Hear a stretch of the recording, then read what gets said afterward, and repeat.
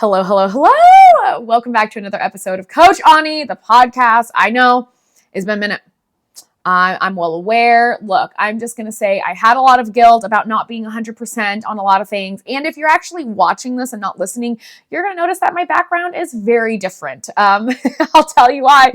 I moved. My boyfriend and I moved. We're in a new house now with a big backyard. It's really what we wanted and what we were looking for because we have 4 dogs. So between moving, doing another class, joining a team for education. I'm officially a trainer with the Luna Method, which I feel like a lot of people were surprised by, but like not surprised by.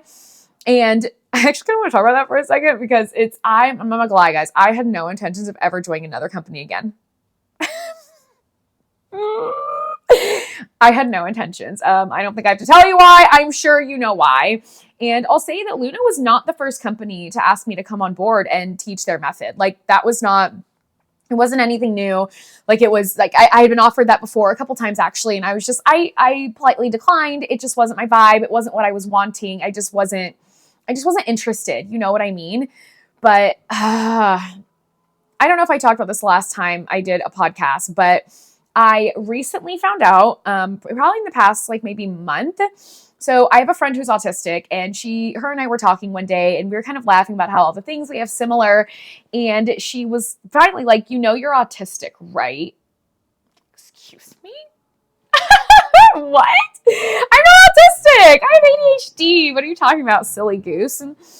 And then I ended up taking a test that she sent me. And as it turns out, I am autistic. That was very surprising for me. I did not expect it to say yes. I thought it would for sure be like, no, no, whatever. So surprise. But you know what? First off, one of the reasons that I actually do really like talking about things like this is that I really feel that the word like, ooh, they're autistic or they have ADD or ADHD has become, I don't want to say there's like a stigma to it, but I've talked to a few people and I was like, oh yeah, well, it turns out I'm autistic. And it was almost like wait, whoa. I don't need anybody to pity me because to be frank, I feel like being autistic and neurodivergent and ADD, ADHD, I feel like it's a fucking superpower. I literally feel like it is a superpower. And I will also say I'm very type A. I love structure. I love to be in control. I'm not even gonna deny that that's true because it is true. And I know myself. And putting all of those things together has been amazing. I feel like it allows me to move very quickly. And not only that, when I love something and it becomes like a hyperfixation and a passion, I become very fucking good at it. And not to be like, hair flip. I'm so good. But like, hey, we all have things that we're extraordinarily good at. Like we do. I think it's ridiculous to sit there and be like, oh, I don't want to admit that I'm good at something. Well, that's ridiculous. Like, why wouldn't you? Who cares? Like, it's fine. You're allowed. You can be humble and admit that you're good at something. Like I don't think it has to be one versus the other. So I just thought that was very interesting. And what I've realized is, a lot of my clients that I work with, and I don't mean in the salon, I mean in my educational, like in my consulting, many of them are neurodivergent. And that's something that I've really come to love and cherish because I feel being ADD and autistic myself, it definitely gives me a different insight into it. And I do a lot of research now on it. I want to understand how my brain works. I want to know why I respond the way I do, while some things feel icky, why some things like tickle my brain in the worst of ways and why some tickle my brain in the best of ways. Like I just want to know, you know? So I think that has been just a very cool, new kind of like update in my life that I didn't expect, but it has slowed me down, not even in the slightest bit. And I will forever continue to say that people with neurodivergent tendencies are superheroes, and it is a superpower once you learn to harness it and not be like embarrassed or tell yourself that you're like fucked up or that there's something wrong with you, because frankly, there isn't anything wrong with you in any way, shape, or form. So just kind of like a little fun fact on that. And that's something that really like when, I was told, kind of like offered a position with Luna, it was way after the class, after I'd done the podcast on it. And, I loved it because the Luna, really, I'll be honest guys, it really is catered to neurodivergent people. So just Loved all of that. But now, jumping back into my own business, doing all the things, like getting back on it. So it's been really exciting. And one thing I want to talk about today that you artists say this to me all the time. I'm pretty sure literally 100% of you have said this to me at one point or another, that you're like, I want to make more money. I want to have more time off. I want to be able to vacation. But, and there's like a big old fat but with this one. But if I'm not behind the chair, I'm not making money. But I have to keep the same amount of income coming in. But if I take time off, like you've kind of, I don't want to say like pigeonholed yourself, but you're kind of in a place where you're like, if I am not actively behind the chair servicing clients, I am now not making money. And that sucks. It sucks to feel like you're either working, making great money, or you're off and you're poor. I don't like either of them. To be honest, I don't really like either one of those options. I know people say you can't have your cake and eat it too, and I absolutely disagree. I think your life can literally be anything that you make it, and I feel I'm a person who's like living proof of that, and I surround myself with people who are living proof of that, So then the question really becomes, how the hell do you make money by not working? And if you're not seeing me, I'm putting not working in quotes, which brings me to today's topic, which is on-demand education.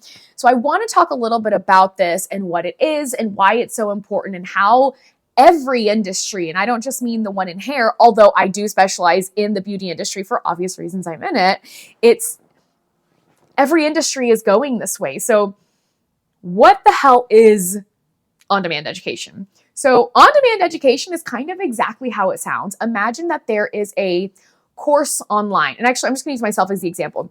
I have a course called Room to Bloom Photography Edition, and it is all about taking photos inside of the salon, how to use a real camera, how to use your phone to take beautiful photos, because you can absolutely use your phone to take photos, how to edit them and not over edit, how to white balance, how to use Canva for before and afters, like how to use backgrounds and light, like all of those things are included inside of this course, right? So I spent a couple weeks recording it and putting it together. My videographer spent a few weeks editing it and like all these things. But now that course is done. That course is completely finished. So anybody who wants it and wants to learn about how to take beautiful photos inside of the salon, whether they have a professional camera or they don't, or they're stressed about posing, because posing is heavy in there, like they can literally just go look at this course whenever they want, buy it whenever they want, and consume it whenever they want. Which means if I'm sitting on the beach chilling and someone buys it, I just made money. If I'm taking a nap and someone bought it, I just made money. If I'm playing video games in Hogwarts Legacy and I'm flying around on a broomstick and someone buys it, I made money. And that's why it's so amazing. You get to create passive income. So as long as you continue to promote it and you're telling people that it's there, because you can't just set it and forget it and pretend like it doesn't exist. Like you do still have to promote it. Like that's a really phenomenal way to make passive income. So I have worked with other people before to like help them create this. So I think like one great example is I actually just had a client launch his, and in a week, he made over $30,000. 30 grand in a week. Like, I'm sorry. No one listening to this can say that that is not absolutely freaking amazing. That's great. That's phenomenal money. And now, as he continues to promote and more people buy, like it just makes him more money, and he goes out along his way and just does like normal life shit. Keeps doing clients behind the chair, like all of those things, nothing stops. And that I feel is the power. So if you're someone that you're like, I feel like there's two different kinds of versions of on-demand education. There's a lot more, but there's two main ones that I feel like would be really relevant to you guys. Number one is one that makes you passive income. One where you create education. It has a lot of value where people can buy, look, and enjoy like however, whenever they want, right? The second kind of on-demand education, which still counts as on-demand education, is it's more so for internal staff. So if there is a process that you have that you are having to do, like a training process, and do it over and over and over and over and over and over and over and over and over and over and over and over again, and you're sick of having to do it over and over again, and it's the same thing every single time, you can create something that when you hire on a new person, they're going through that process. They're learning the systems and their sequences and everything that they need to in order to be fully up to date and on board. So those are two different kinds of versions. And depending what it is you do, and if you have staff, will depend kind of which one you teeter to, but we're going to stick with the former. We're going to stick with on-demand education that will make you passive income. So I want to talk a little bit about it real quick, because not a little bit, but let's talk about numbers wise, because I love numbers. I absolutely love and adore numbers. And I'm going to look over to the side if you're watching me, because I had to write them down to remember this. So 2020, we obviously know what was happening in 2020. COVID, I feel like that started a really, really big shift into on-demand education because people could not leave their houses.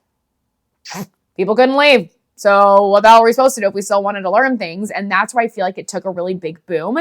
And it's saying that the global e-learning, like on-demand education in 2020, was valued at $250 billion. That's a lot of money. That's a lot of money. And they're saying that it's projected to exceed over $1 trillion by 2027. 5 years, 4 years. In 4 years. That's, I'm going to reiterate, a lot of money, which also tells you that people are loving on-demand education and they want it. They want to be able to consume at their own pace. And someone, once again, who is neurodivergent, I don't always do well with I know people love webinars and master classes and things. We're joining us at this time. Here's why I don't love that for my own personal brain is a simple fact of it just doesn't always work for me. I might not be in the mood. I might not be in a good headspace, or what I call, it might be a low energy day, meaning I didn't wake up on the wrong side of the bed. I'm in a good mood, but some days you wake up and you're just not feeling it. It's kind of like one of those days. Yeah. So that opens up doors. And that opens up for a lot of possibilities. Now, I'm sure you're sitting there and you're like, well, that's great, Ani, but I don't have anything that I can teach. I don't have any marketable skills. I'm not good at anything. That's complete, utter horse shit. That's garbage. And I can tell you why that's garbage. Everybody, I truly believe every single person has a skill that could become some form of on-demand education. I'm not saying you're going to charge $10,000 for it or $1,000 for it. It might be a couple $100. It might be $100, or it might be something smaller where it's $50, but that still matters, guys. That still makes you more money, and that's amazing. You're providing value to people who find what you're providing to be valuable. So I'm going to have you consider a couple things. If you have people saying, oh my gosh, how do you do that? Wow, that is so beautiful. I wish I could do that. Can you show me how? Wow, I have never seen that. That's amazing. If you have people saying things like that to you, you might want to consider having on-demand education. If you have an entire training process in your salon that you're like, wow, I'm realizing there is a lack of education in the hair world or in your industry in this topic, because every single person I hire on never knows how to do any of this,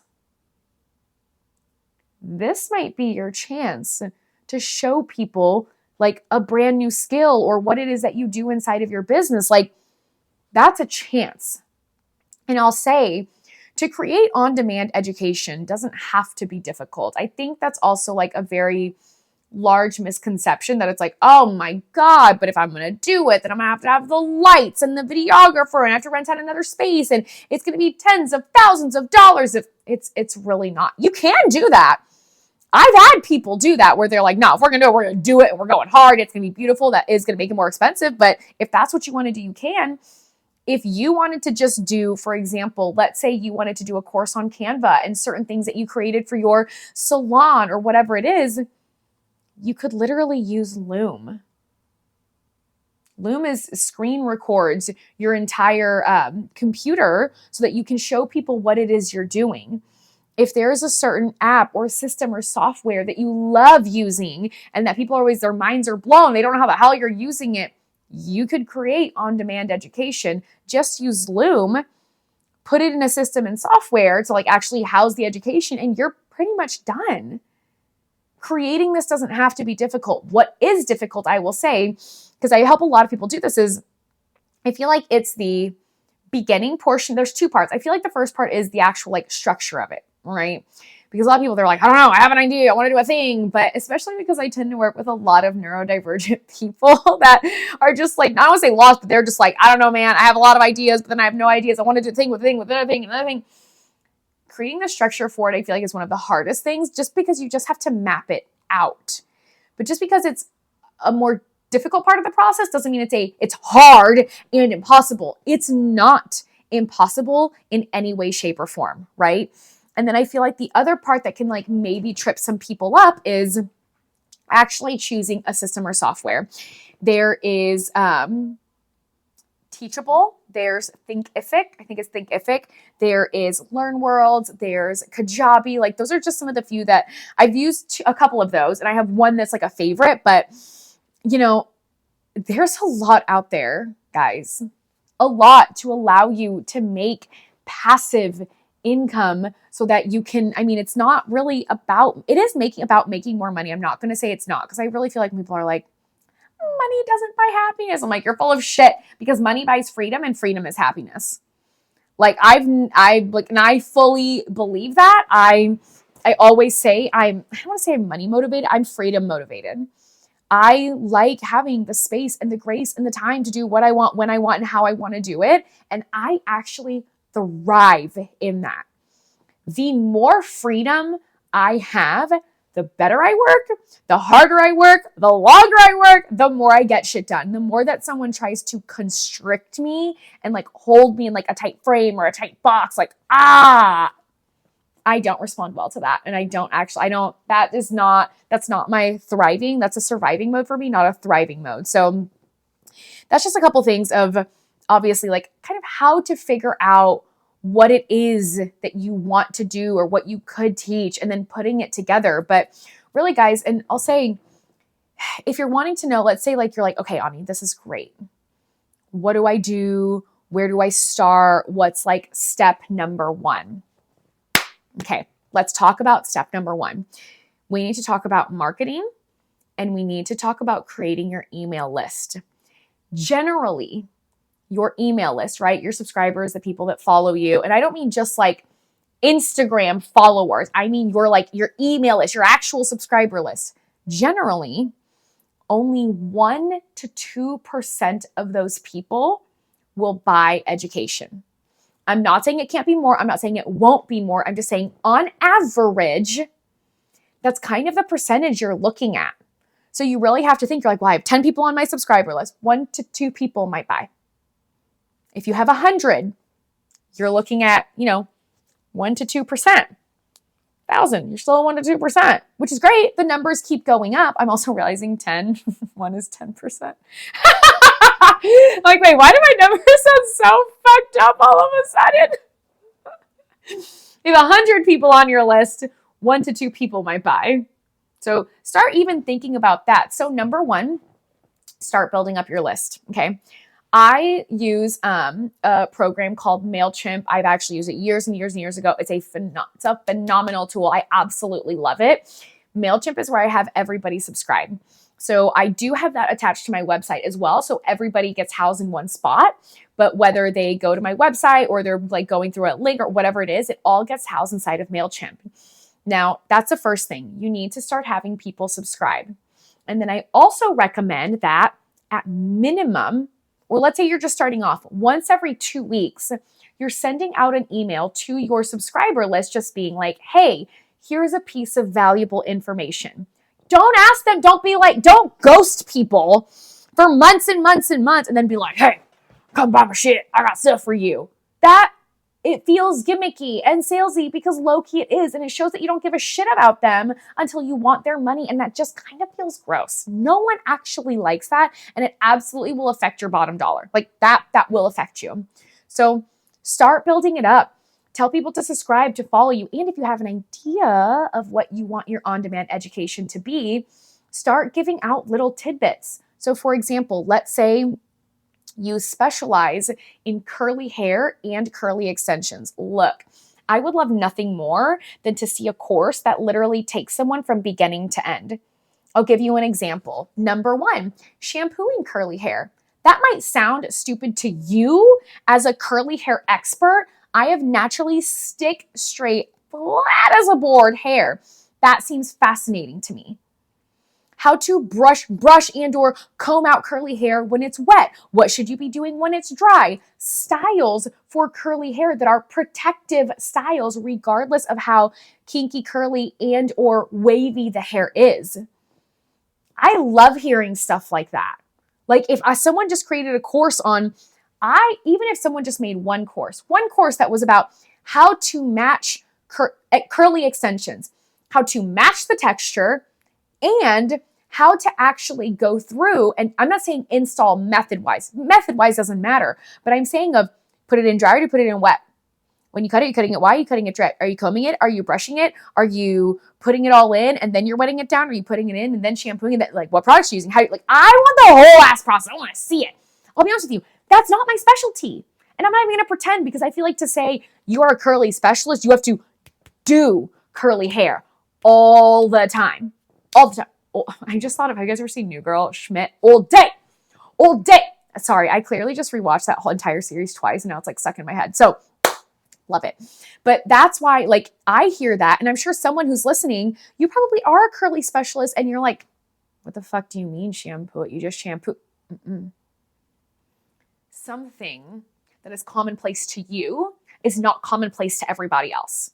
It's common and normal to you because you're an expert in that. But like for me, someone who is not, tell me more. Tell me more. Tell me more. I want to hear more. I want to see more. Tell me more. Tell me more. I want to know more. I love that. You'd be surprised how simple it actually is to find your niche and to find the thing that you can create. So, number 1, start building up your email list. 2, when you are going through and you are promoting and you're on social media and on Instagram and you're doing photos and reels and stories, you need to talk about the thing that you are really good at. Now, I don't mean sell it yet, but when you're posting out pieces of information, because here's the deal, even if you're telling people, you're like, this is how I care for curly hair when I'm behind the shampoo bowl. This is how much pressure I put when I'm shampooing. This is how many times I'm actually going shampooing them. This is the brush, addendum brush. This is what I like to do. This is the type of brush that I like to use when I'm doing da-da-da-da-da. Okay, great. Even if you're telling people on social media, they are still going to want that education because the education will be more in depth and then they get to see it and experience it. And maybe you do end up doing, live videos and Q&As that are private. Like all of those things matter. So if you're going to start with 2 things, number 1, start building up that email list. I'm not kidding. I cannot express how important it is. You guys know Instagram went down just a few weeks ago? Oh, everyone freaked out. They're like, Instagram's not working. What do I do? And I'm like, well, if you had an email list, you probably wouldn't be as freaked out. Those are things that you really need to start looking at and building up because either way, email lists are very important because there's no saying that social media will be there forever. There are actually some states that are banning TikTok right now. And I heard that was it Wisconsin? I think Wisconsin is now also putting in like rules about kids under 18 can't even have social media, which I don't have kids, whatever, it's not my business, but like they are starting to put restrictions on social media. So just things to think about, like it might not always actually be here. So what do you do if it's not? Which websites also come in handy and SEO and all of those things, but those are topics for another day. So if you're wondering where you should start, I really recommend those two places. If you're actually sitting there and you're like, I don't know what I'm good at, I don't know, this is going to sound weird. You should maybe ask somebody. Ask somebody near you who knows you, a really close friend or even a coworker. Just be like, hey, what do you think I'm good at? You know, like those personality tests when it's like, do people think you're A or B or C? You're like, well, shit, I don't know. I'm going to have to ask someone else who knows me if I'm A, B, or C. Like, I don't fucking know those answers to those questions. So that's something that that's for steps number one. And I'll also say that this is literally what I specialize in now.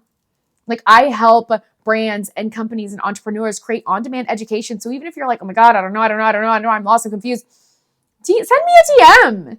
I'll put my phone number. My work number. It's a work number, not my personal. But like you can shoot me a text and like we can even set up time to like set up a call to like go through and see what it looks like and create a path and plan for you so that if you want to make it on your own, make it on your own. If you want help, I can absolutely help you and do it with you. I even have clients where I literally just do it for them, where I'm like, I will create the structure. I will help you with the videographer. I will implement everything. All I need you to do is just review shit. So tell me if you like it. And then we're like, done, easy peasy, good to go. There are ways to do this because you have to think it's an investment right now to create your on-demand education. But at the end of the day, well, it just keeps making you money, which is how I had a client make 30 grand in 1 week. That was the first week of launching. That's insane. That's like an absolutely insane and amazing amount. You know what I mean? So just things to think about. For all of you that are like, oh, I'm stuck behind the chair or I will never get out of this thing and doing whatever, I fucking disagree. There is always a way. And I think you have to give yourself a little more credit. And I'll also say you don't have to be an expert at everything. Because I know sometimes we're like, oh, but I don't know, so-and-so might be better, so-and-so, whatever. It doesn't matter if you feel like there's someone better at something than you, because at the end of the day, they aren't you. And they're not going to teach and train and do things the way that you would do them. And that matters. I know the way that I teach and the way that I train, whether in class and the clients that I work with and how I work with them is catered towards neurodivergent people. Can I work with neurotypical people? Of course I can work with neurotypical people. I do it all the time anyway. But I've realized that because I have ADHD and autism, that I understand the brain of how it works for, I don't want to say like artists, but you guys know you're somewhere on this spectrum. You guys have a thing, whether you're ADD, ADHD, autistic, y'all know you're somewhere.